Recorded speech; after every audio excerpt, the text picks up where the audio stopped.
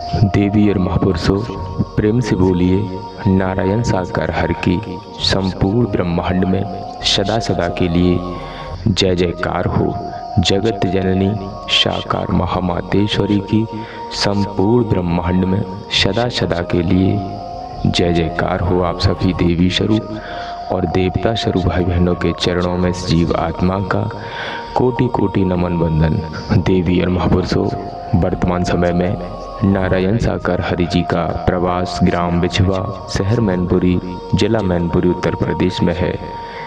आपके चरणों में निवेदन प्रार्थना है, अगर आप नारायण साकार हरि जी के दर्शन करना चाहते हैं, उनकी अद्भुत अमृतवाणी सुनना चाहते हैं, तो आप नारायण साकार हरि जी के निरंतर दर्शन कर सकते हैं, उनकी ब्रह्मवाणी का लाभ उठा सकते हैं और अपने जीवन को कृतार्थ धन्य बना सकते हैं। साथ संगत जी, लेकिन जो 4 जून को माह का प्रथम मंगलवार होना था, वो शक्ति के साथ का आयोजन अब 4 जून को नहीं होगा, क्योंकि 4 जून 2024 को वोटिंग खुलेगी।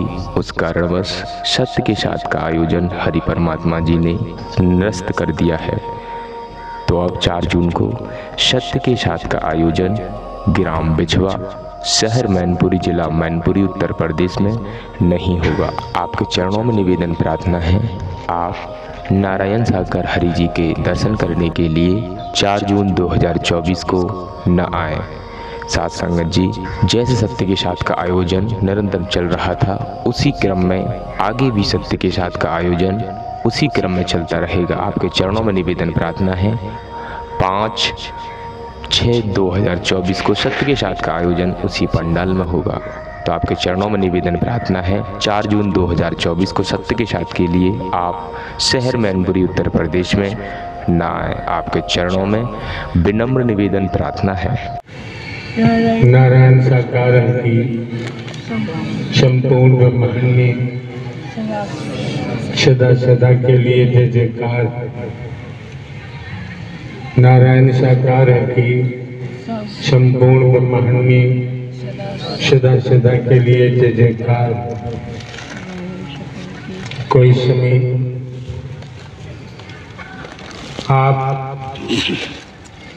आपके बंधुजन, आपकी बहन बेटियां, आप महापुरुषों ने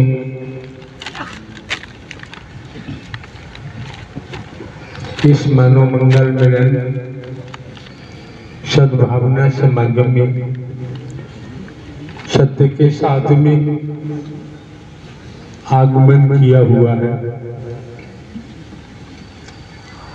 उपस्थित समस्त महापुरुषों का कर्तव्य बनता है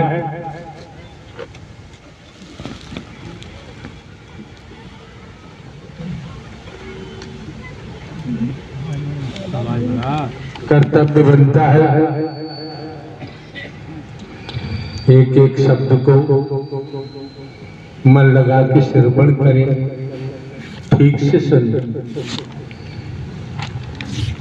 मौके बार बार नहीं मिलते हैं, समय बार बार प्राप्त नहीं होता।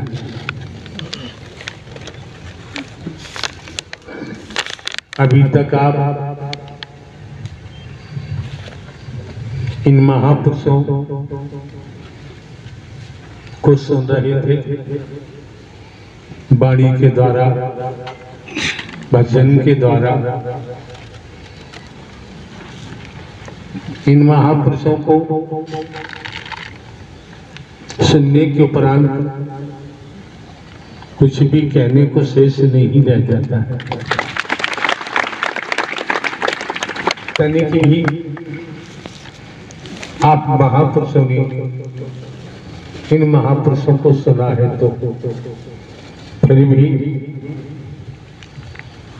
स्मरण रहे, ध्यान रखें। सद्ज्ञान देने में कोई कंजूसी नहीं की गई है।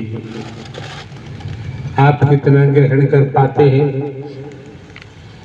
ये आप पर निर्भर करता है। संत गोस्वामी तुलसीदास जी ने मानस में क्या अंकित किया है? संत समागम हरि कथा, तुलसी दुर्लभ दोय, सुत धारा और लक्ष्मी पापी के घर हो। आकाश में सूर्य दिख रहा है, आंखों में रोशनी है, तो संसार के वैज्ञानिक इकट्ठे होकर सूर्य को पकड़ना चाहें तो संभव दिखाई नहीं देता। इसी प्रकार आप संतों का समागम, देवी स्वरूपा देव स्वरूप का आगमन संत गोस्वामी तुलसीदास जी ने दुर्लभ बता दिया है। लेकिन संस्कारों के कारण कितने सौभाग्यशाली हैं आप,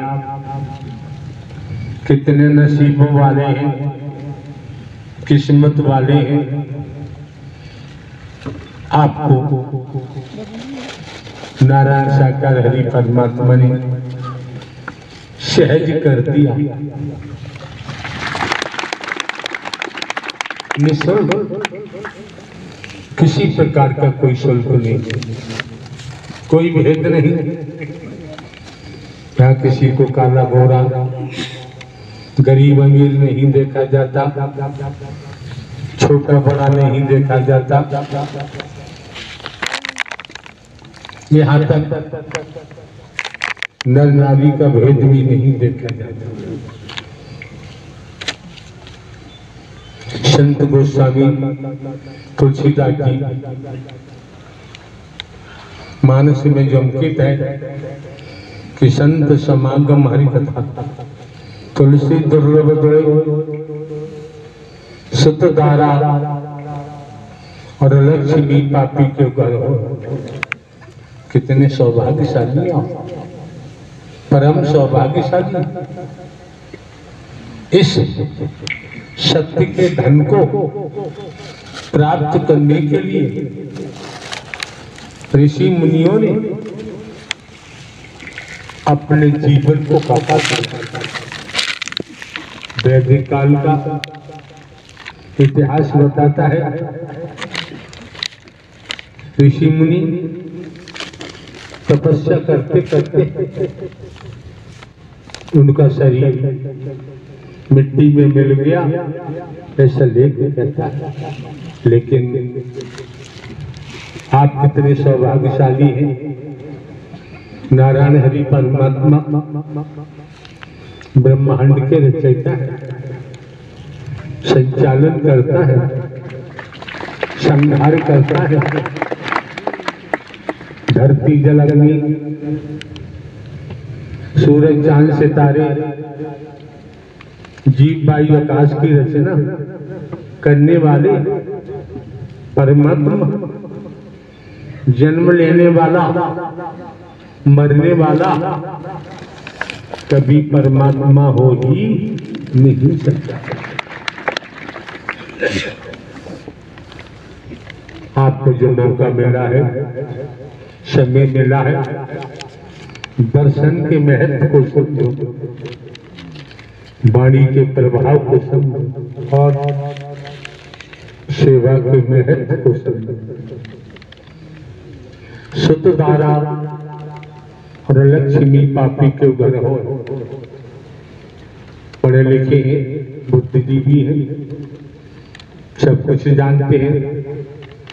सुत किसे कहते हैं, दारा किसे कहते हैं, लक्ष्मी किसे कहते हैं, ये सब कुछ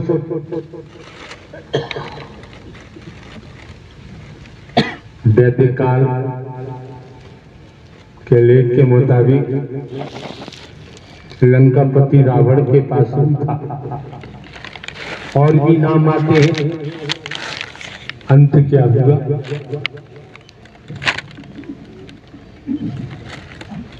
बुराइयों में संलिप्त अहंकार में डूबे हुए लंकापति रावण का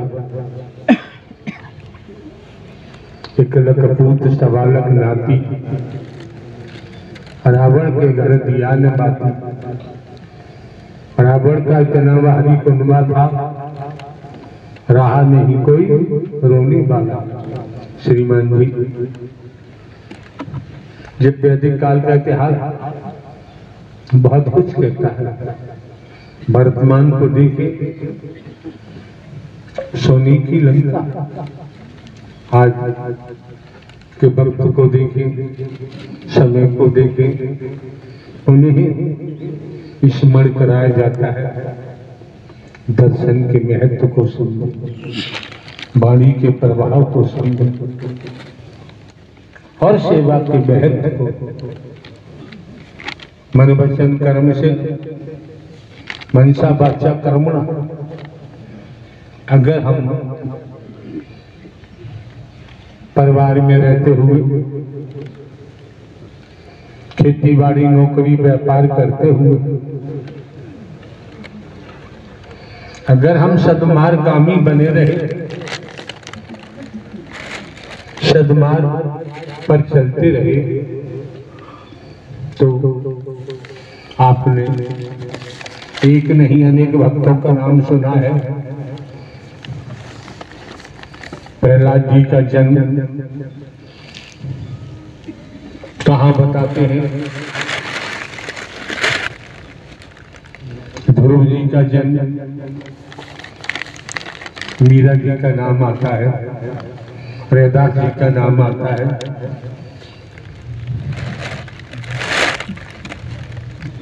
पार्वती जी का नाम आता है,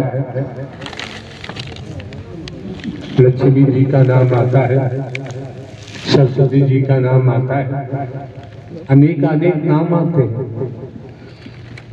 राजा मुरद्दत जी का नाम आता है, राजा हरिश्चंद्र जी का नाम आता है, राजा भर्तरी का नाम आता है, जिनका राज कश्मीर से लेकर कन्याकुमारी तक वैदिक काल का इतिहास कहता है।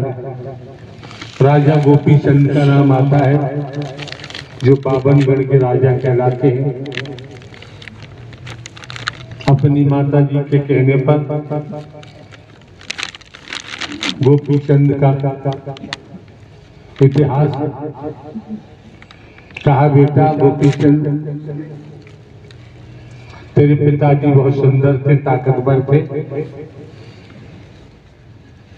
बहुत लंबी कहानी है। एक फकीर के श्राप से, जो नित्य चंदन का ओवटन कराते थे, कच्चे दूध से स्नान करते थे, उन्हें कोढ़ पैदा हो गया। फकीर के श्राप, फकीर को नाहक दंड दिया। फकीर को पितृआ और तेरे पिताजी को कोढ़ पैदा हो गया। मैं जवानी में ही विधवा हो गई। मैं बेटा तुझे सलाह देती हूँ, गोपीचंद से अपने बेटा से कहा, सत्य का साथ कर, परमात्मा की स्मरण कर। गोपीचंद ने इतिहास के मुताबिक कहा होगा कि माँ तू कैसी माँ है, अपने बेटे को भिखारी बनाना चाहती है। राजमहल में मैंने जन्म लिया है, तो राजकुमार हूँ।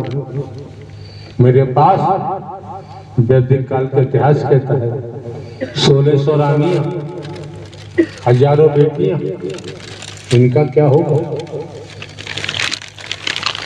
माता ने कहा कि 16,000 रानियां, हजारों तेरी बेटियां, इनमें से कोई साथ देने वाला नहीं है। मैं तुझे ज्ञान दे रही हूँ, ये ज्ञान ही तेरा लोक सुखी परलोक सहला है। और कोई भूमंडल में और कोई मार्ग नहीं है।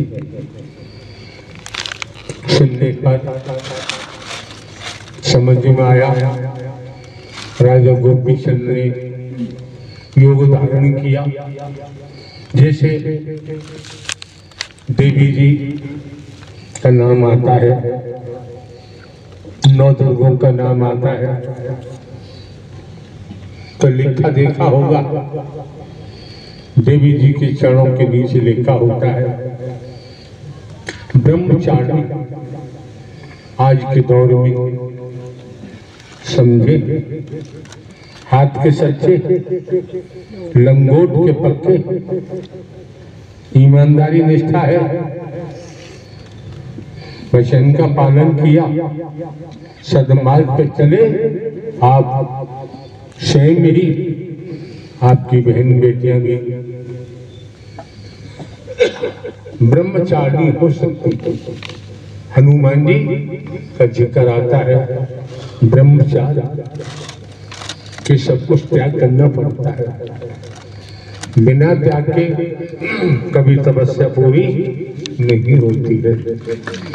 दुनिया में, दुनिया के इतिहास पढ़ा होगा, सुना होगा, स्वाध्याय किया होगा, आप समझ सकते हैं।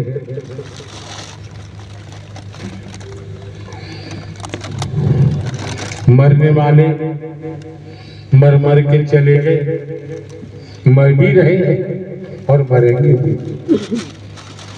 कभी हम शैतानियत को अख्तियार हो जाते हैं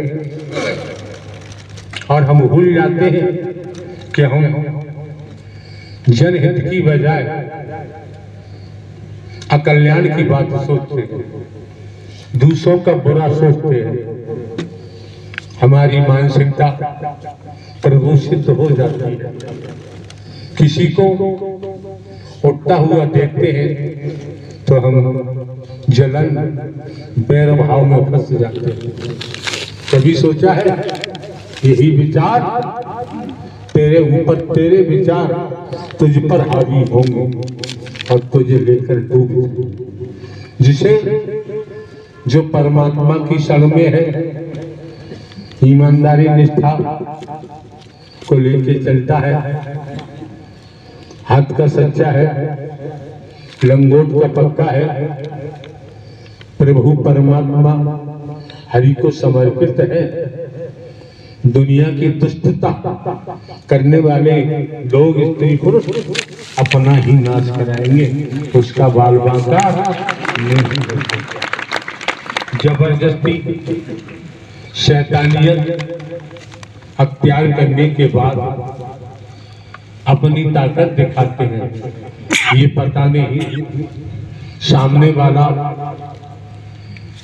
वाले ने तुमको दुस्साहस करने के लिए स्वतंत्र कर दिया। जितना तुम को विचार लाओगे, दूषित विचार लाओगे, दूसरे का अनहित करने की कोशिश करोगे, उतना ही तुम्हारा तेजी से जब पतन होगा फिर दोबारा उठना संभव नहीं होता है। वैदिक काल का इतिहास भी बताता है। पूर्व में जाए तो आप समझ सकते हैं, जहां राम जी का नाम आता है, 14 वर्ष का वनवास हुआ,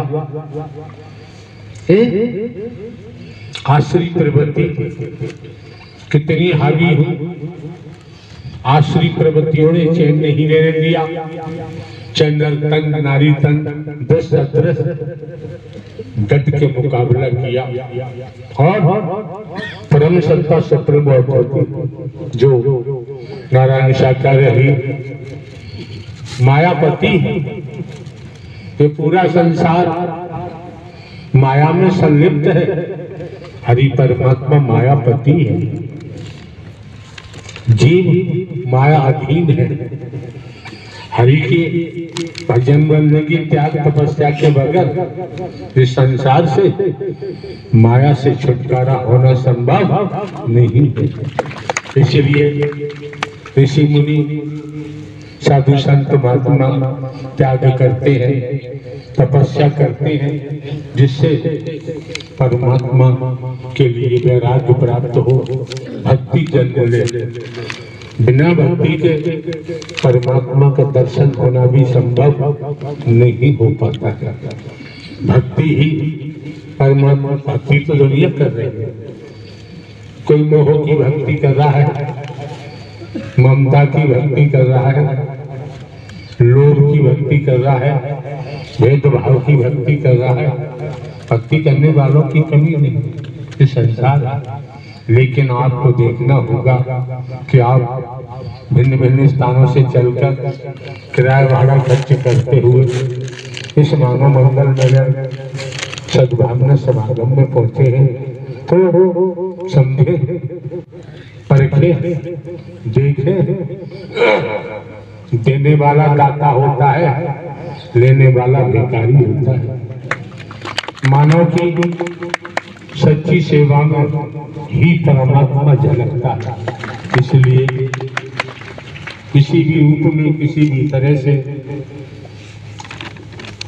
स्त्री पुरुषों को अपने मन वचन कर्म से तकलीफ नहीं देनी चाहिए। आप जानते हैं आज के दौर में बड़ी शैतानियत है। पूर्व इतिहास के मुताबिक वर्तमान से पता चलता है क्या है, अपना झंडा बुलंद करने के लिए दूसरों पर, जिसे कहते हैं ब्लैकमेल, आज के दौर में ब्लैकमेल करने वालों की कोई कमी नहीं। बड़े बड़े ब्लैकमेलियर पड़े हैं। एक सज्जन बीते कल हम नदवई राजस्थान के बता रहे थे, उनका गुरु ही उनको ब्लैकमेल कर रहा था। नजदीक रहने वाले ने बताया कि चाय आएगी ट्रेन, जिस कप में उंगली लगी हो चाय के अंदर, उस चाय को मत लेना। उंगली में केमिकल लगा होता है, जो पिएगा उसका ब्रेन वॉश हो जाता है। तो क्या है ये? इसी तरीका से आगे आते हैं स्त्री को गद्दारी करने के लिए। तो ये पता नहीं है, तुम कुल्हाड़ी दूसरे को मारने की कोशिश कर रहे हो, यही खिलाड़ी डबल होकर तुम्हारे लगेंगे और तुम्हारा ही नाश करेगी। क्यों? ये मानव मंगल मिलन सद्भावना समागम है। आप ये भी हम आपको बता दें, आबो हवा बदलने के लिए हमारा आना हुआ है। स्वास्थ्य ठीक नहीं है। ग्वालियर मध्य प्रदेश से डॉक्टर साहब का उपचार चल रहा है। आज भी आने को नहीं, ऑक्सीजन लेवल डाउन में था। लेकिन जब आप देवी स्वरूप, देव स्वरूप, आप मानवों की, महापुरुषों की उपस्थिति है, तो क्यों नहीं आते? यहाँ पहुंचकर जब आप लोग परमात्मा ब्रह्मांड के रचयिता का दीदार करने के लिए सगुण साकार में उपस्थित हैं, तो नारायण हरि को भी दर्शन देने में कोई कंजूसी नहीं करता। तो दर्शन के महत्व को समझे।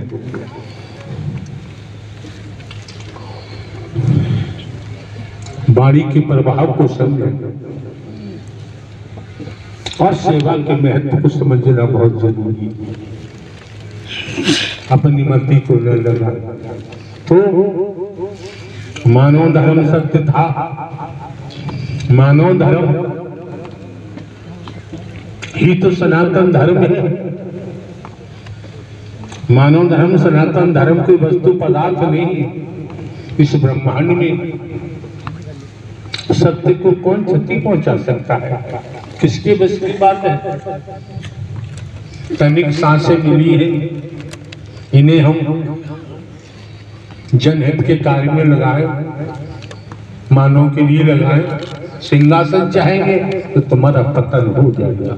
बुरा चाहोगे दूसरे का, वही तो हो रहा है, होने जा रहा है। मौके बार बार नहीं मिलते हैं, समय बार बार प्राप्त नहीं होता है। मानव की सच्ची सेवा में ही परमात्मा झलकता है। इसलिए संकीर्ता से निकले, कभी किसी का बुरा मत चाहना, अपनी भलाई के लिए ब्लैकमेल मत करो। जितना औरों को ब्लैकमेल करोगे, जो ब्लैकमेल करता है उसकी महादुर्गति होती है। शकुनी को उठाओ, शकुनी दापर का लेख कहता है कितना ब्लैकमेल किया, अपने भाग्यों को ही बिगाड़ दिया। अंत क्या हुआ? शकुनी का कैसे नाश होता है, कौरवों का कैसे नाश होता है। 5 पांडव जिन्होंने कभी सुख नहीं देखा, लेख कहता था 5 पांडवों की मदद किसने की? लाक्षागृह में अग्नि जो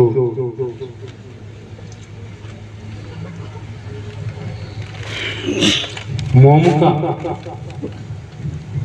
महल बनवाया, 5 पांडव माता कुंती के साथ आग लगा दी। बचाने वाले ने पहले से सुरंग निकालकर पांडव और कुंती को बचाया। जिन्होंने ब्रह्मांड की रचना की है नारायण हरि ने, अगर हम सद्विचारों में हैं, सद्मार्ग पर हैं, सद्कर्म करते हैं, तो अवश्य ही हरि परमात्मा की मदद मिलती, रहमत मिलती। अरे यार कोई पता है अगली सांस आए ना आए, कोई भरोसा करने पड़ा रहेगा माल खजाना, थोड़ी क्रिया से जाना है, कर ले बंदे प्रीत, हरि परमात्मा से नहीं तो फिर पछताना। खाए खाए कहते हैं बड़ाई, इसको भी अग्नि में जलाना है, कर ले बंदे सत्य का साथ अभी से, नहीं तो फिर पछताना। आप मंदिर जाएं, मंदिर जाकर मंदिर में गंदगी फैलाएंगे तो मंदिर के भगवान का छोड़ देंगे। शिवालय जाएंगे, वहां किसी प्रकार की गंदगी फैलाएंगे तो शिवालय वाले भगवान छोड़ देंगे। आप वृंदावन जाएं, हरिद्वार जाएं, काशी विश्वनाथ जाएं, जहां जहां तीर्थ जाओ मंदिर बनवाओ, सिया राम जी की मूर्ति लगाओ, हनुमान जी की लगाओ, शंकर ब्रह्मा विष्णु राम जी किशन देवी दुर्गा हनुमान जी की सेवा करो, काली की सेवा करो, देवी की करो, गणेश जी की करो। यहाँ तो छूट है, लेकिन यहाँ फाउंडेशन आधारशिला मानवता पर रखी गई है। जो मानवता को तोड़ता है, मानवता में किसी तरह का विष घोलता है, मानवता को गिराने वाला वो स्वतः ही अपने पतन को प्राप्त हो जाता है। तो मौके बार बार नहीं मिलते हैं, समय बार बार प्राप्त नहीं होता है। मानव धर्म सनातन धर्म ही तो सत्य था, है और रहेगा।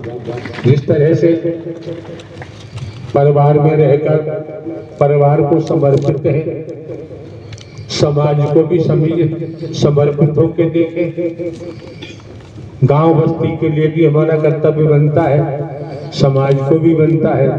जहाँ रहते हैं, जिस राष्ट्र में रहते हैं, राष्ट्र के प्रति भी हमारा कर्तव्य बनता है। उस कर्तव्य को हमें नहीं भूलना चाहिए। अब आपका जीवन है, जीवन के लिए तो पूरा कर्तव्य बनता है। आए थे हर भजन को, होटल लगे कपाट, तो यहाँ का फाउंडेशन है मानवता, भाईचारा, अनेकता में एकता, मानो मानो को गले लगाना, मानो मानो से प्रेम करना। टूटी हुई मानवता को जोड़ना, बिखरी हुई मानवता को इकट्ठा करना, मानवता का सब संदेश आप महापुरुषों तक पहुंचाना, जिससे आप स्वयं को जान सके मैं कौन हूं, मैं आया कहां से हूं, मेरा रूप क्या है, मेरा स्वरूप क्या है, मुझे क्या करना चाहिए, मैं कर क्या रहा हूं। Human body I am soul, समझ में आ गया।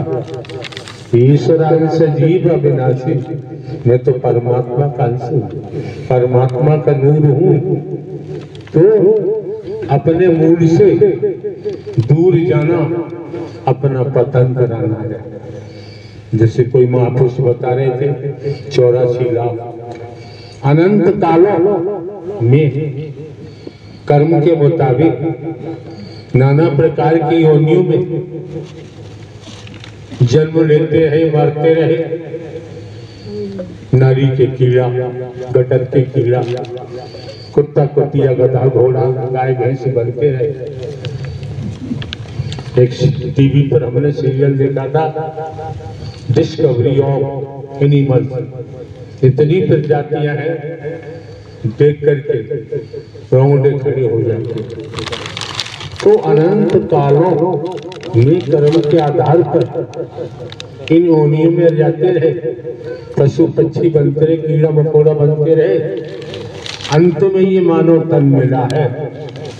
इस तन को सार्थक करने के लिए त्याग से ही तपस्या बनती है, इसी से भक्ति बनती है। घर परिवार छोड़ने की जरूरत नहीं रह जाती है। और खेती बाड़ी नौकरी व्यापार करते रहे, आपकी समझ में आता है आप अपने मानवीय चोले को सार्थक करना चाहते हैं और आगे 84 लाख अनंत काल तक अपने नाना प्रकार की योनियों में जाने से बचना चाहते हैं, तो परब्रह्म परमात्मा नारायण साकार हरि की भक्ति करनी ही पड़ेगी। भक्ति से ही आत्म कल्याण होता है। जैसे किसान खेत में गेहूं का बीज डालता है, निराई गुड़ाई करता है, कसपरता दूर करता है, फर्टिलाइजर लगाता है, खाद लगाता है।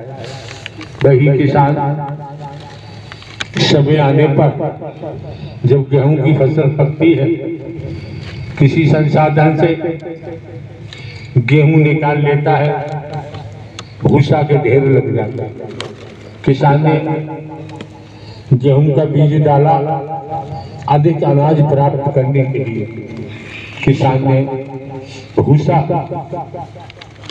के लिए बीज नहीं डाला, मेहनत नहीं की, लेकिन भूसा तो मिल ही जाता। आते हो आत्म कल्याण की सोचो, हारी बीमारी दुख दलु, बेटा बेटी नाती पोता, धंधोर मकान कल कारखाने, ये तो भूसा की तरह है। जब परमात्मा देने में आती है तो धड़ाधड़ होते हैं, लेकिन फिर भवसागर के लिए तैयार हो जाते हैं। ये संसार बहुत बड़ा भवसागर है, भवरोग है। इस भवरोग से बचने के लिए हमें जहां भी हो आप सिया राम की भक्ति करें, शंकर ब्रह्मा विष्णु राम श्री कृष्ण देवी दुर्गा हनुमान जी की भक्ति करें, काली की भक्ति करें, गणेश जी आप उसकी करो, यहाँ पाबंदी नहीं है, लेकिन मानवता का विशेष ध्यान रखें। सभी देवताओं ने मानव को प्राथमिकता दी है। अगर मानव पर हम दीवार लगाएंगे, मानव पर अपने महल बनाएंगे, तो हमारा नाश लंकापति रावण की तरह निश्चित है। और सुना आपने केकल कपूत सवालक नाती, रावण के घर दिया न बाती। रबड़ का इतना भारी कुनबा था, रहा नहीं कोई रोने वाला। जब वो नहीं रहा तो आज के भी रहने वाले नहीं। किस किस रूप में आदमी किसको ब्लैकमेल करता है, मानसिकता बड़ी दूषित है। पास आने वाला बड़ा हंस के आता है, लेकिन वही है मन में कुछ है और छुरियां बगल में। ये पता नहीं तेरा विचार, तेरा कर्म तुझको और तेरे परिवार को लेके खा जाएगा, बचेगा नहीं। कर शैतानियत कितनी करेगा, आपने भी सुना है, हमने भी सुना है। भले ही हम भिन्न भिन्न प्रांतों में नौकरी के लिए रहते थे, बड़े बड़े नाम यहाँ हुए, किस किस रूप में हुए। तो अच्छे कर्म का परिणाम अच्छा होता है, बुरे कर्म का परिणाम बुरा होता है। मौके बार बार नहीं मिलते हैं, समय बार बार प्राप्त नहीं होता है। तो जीवन मिला है, इस जीवन को सार्थक बनाने के लिए कितना सहज कर दिया। संत गोस्वामी जी ने कह दिया, नारायण साकार हरि की सत्यमर कथा जो दुर्लभ थी, शिव महापुराण में लेख आता है। पार्वती जी से शादी करने को उपरांत शंकर जी का जहां निवास रहा होगा, वैदिक काल के लेख में तो पहाड़ों का जिक्र आता है। ले गए देवी पार्वती को अपनी धर्मपत्नी, और जाते ही शिव पुराण का लेख है, समाधि में चले गए। अब बताओ, शादी करके ले गए तो पार्वती पर क्या बीती होगी, क्या बीती होगी। हमों के बार बार नहीं मिलते हैं, समय बार बार प्राप्त नहीं होता है। क्यों? अगली सांस का किसी को भरोसा नहीं है। समाधि में चले गए। शिव पुराण का लेख कहता है 87,000 वर्षों के बाद समाधि टूटी। कितनी? 27,000 वर्षों के बाद समाधि टूटी। पार्वती ने देखा, कन्हैया इतनी लंबी समाधि किसके लिए? मैं तो आपका भजन करती हूँ। पार्वती जी ने कहा, मैं आपका भजन करती हूँ, आप किसकी समाधि में? शंकर जी ने कहा, जिनकी समाधि में जाता हूँ वो ब्रह्मांड के रचयिता है, नारायण हरि है। हरि से ब्रह्मांड है, हरि से ही तो ब्रह्मांड है, हरि से ही समस्त देवी देवताओं का अस्तित्व है। स्पष्ट। तो पार्वती जी ने कहा, नाथ मैं हरि की सत्यमर कथा सुनना चाहती हूँ। शिव महापुराण की कथा में आया है। तो शंकर जी ने कहा, एक सत्य है क्या, आपको हुकरा देना पड़ेगा। गांव देहात है, जानते हैं, रात को किस्सा कहानी बैठते हैं तो किस्सा कहानी कहने वाले कहते हैं कि हुकरा देना तो मैं किस्सा कहूँ। पार्वती जी ने कहा, ठीक। अब देखो यहाँ समझने की बात है, शिव पुराण क्या कहता है। एक एक शब्द को पकड़ो, अच्छा लगे ग्रहण करो, बांध के ले जाओ, कर्म में डालो, चिंतन करो, तभी तो परिवर्तन होगा। पल्ला झाड़ गए तो कोई गारंटी नहीं। अब क्या हुआ? शंकर जी ने शिव पुराण के लेख के मुताबिक 12-12 कोष चारों दिशा में देखा, कोई है तो नहीं। नारायण सत्य की कथा सुनने वाला कोई नहीं। चारों दिशा में जब कोई दिखाई नहीं दिया 12-12 कोस, तब सत्य मरकता हरि की शुरू की शंकर जी ने। पार्वती हुक्रा देने लगी, फिर सो गई। लेख कहता एक वृक्ष पर तोती का अंडा रखा हुआ था। लेख की बात है, हरि कथा सत्य मरकता सुनकर अंडा फूटा, उसमें से बच्चा निकला। तो तोती का बच्चा हुक्रा देने लगा। शंकर जी कथा सत्य मरकथा बोलने। अब क्या हुआ,